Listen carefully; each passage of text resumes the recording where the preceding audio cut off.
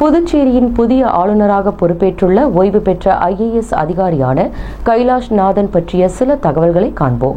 புதுச்சேரியின் புதிய துணைநிலை ஆளுநராக பொறுப்பேற்றுள்ளார் கைலாசநாதன். குஜராத்தின் முன்னாள் தலைமை செயலாளராக இருந்தவர். பிரதமர் மோடிக்கு மிகவும் நெருக்கமானவர். 1953ஆம் ஆண்டு மே மாதம் 25ஆம் தேதி பிறந்த இவர் கேரள மாநிலம் கோழிக்கோடு மாவட்டம் வடகரை பகுதியைச் சேர்ந்தவர். சென்னை பல்கலைக்கழகத்தில் MSc வேதியியலும் வேல்ஸ் பல்கலைக்கழகத்தில் MA பொருளாதாரமும் படித்தவர்.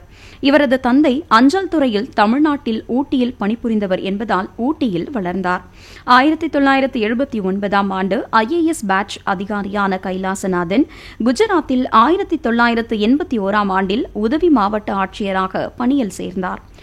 தொடர்ந்து மாவட்ட ஆட்சியர் உள்ளிட்ட பல்வேறு பதவிகளில் பணியாற்றிய இவர் பிரதமர் நரேந்திர மோடி குஜராத் மாநில முதலமைச்சராக இருந்தபோது 2013-2014ஆம் ஆண்டில் குஜராத் மாநிலத்தின் முதன்மை தலைமை செயலாளராக பணிபுரிந்து ஓய்வு பெற்றார். குஜராத்தில் தலைமை முதன்மை செயலர் என்ற பொறுப்பு உருவாக்கப்பட்டு மீண்டும் பணியமர்த்தப்பட்டார்.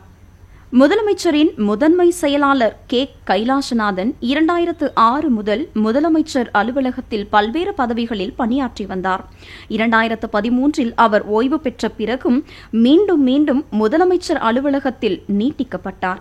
அவருக்காகவே முதலமைச்சர் அலுவலகத்தில் முதன்மை செயலர் என்ற சிறப்பு பதவியும் உருவாக்கப்பட்டது குறிப்பிடத்தக்கது.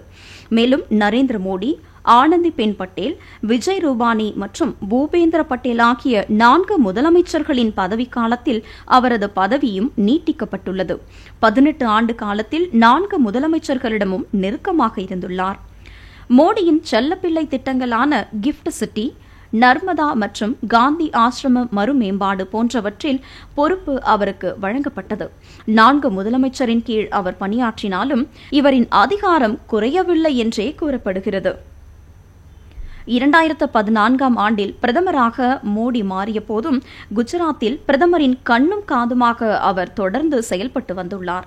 குஜராத்தின் அதிகாரத்துவ மற்றும் அரசியல் வட்டாரங்களில் பிரபலமாக அறியப்பட்ட KK 45 ஆண்டுகள் மாநில அதிகாரத்தில் பல்வேறு பதவிகளில் இருந்து இறுதியில் மாநிலத்தில் மோடி அரசாங்கத்தின் கீழ் அதிகார மையமாக உருவெடுத்தார். மாவட்ட ஆட்சியராக இவர் பதவியேற்றது சுரேந்திரநகர் மாவட்டத்தில். அதைத் தொடர்ந்து சூரத், பின்னர் குஜராத்தின் கிராமப்புற மேம்பாடு, தொழில்கள், குஜராத் கடல்சார் வாரியம், நர்மதா வாரியம் மற்றும் நகர்ப்புற வளர்ச்சி போன்ற பல்வேறு துறைகளில் பெரு நிறுவனங்களில் பணியாற்றினார். பிரதமருடன் நெருக்கமாக இருந்ததால் சூப்பர் CM என்றும் சில நேரங்களில் இவர் அழைக்கப்பட்டுள்ளார். இவர் மூலமாகத்தான் குஜராத்தின் நிர்வாகத்தை பிரதமர் மோடி கண்காணித்து வந்தார் என்றும் கூறப்படுகிறது. தொடர்ந்து பாரதிய ஜனதா கட்சி அரசு அமைய முதன்மை தலைமை செயலாளரான கைலாசநாதன் காரணமாக இருந்துள்ளார். இந்நிலையில் புதுச்சேரி பாராளுமன்ற தேர்தலில் ஆளும் கூட்டணியான NR காங்கிரஸ் பாரதிய ஜனதா தோல்வியடைந்து காங்கிரஸ் வெற்றி பெற்றுள்ளது.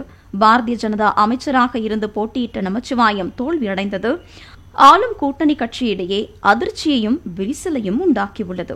இத்தகைய சூழலில் பொறுப்பு துணைநிலை ஆளுநராக இருந்த CP ராதாகிருஷ்ணனை மாற்றிவிட்டு 3 ஆண்டுகளாக பொறுப்பு துணைநிலை ஆளுநர்கள் கவனித்து வந்த பதவியை முழுநேர துணைநிலை ஆளுநராக கைலாசநாதனுக்கு பொறுப்பு வழங்கப்பட்டுள்ளது. இவர் புதுச்சேரியில் பல்வேறு மாற்றங்களை ஏற்படுத்துவார் என்றும் அது பாரதிய ஜனதா கட்சியின் வளர்ச்சிக்கு உதவும் என பிரதமர் மோடி கருதியே கைலாசநாதனை புதுச்சேரிக்கு கவர்னராக அனுப்பியுள்ளதாகவும் கூறப்படுகிறது. புதிய துணைநிலை ஆளுநரின் வருகை புதுச்சேரியில் மாற்றத்தை உருவாக்கும் எனவும் எதிர்பார்க்கப்படுகிறது.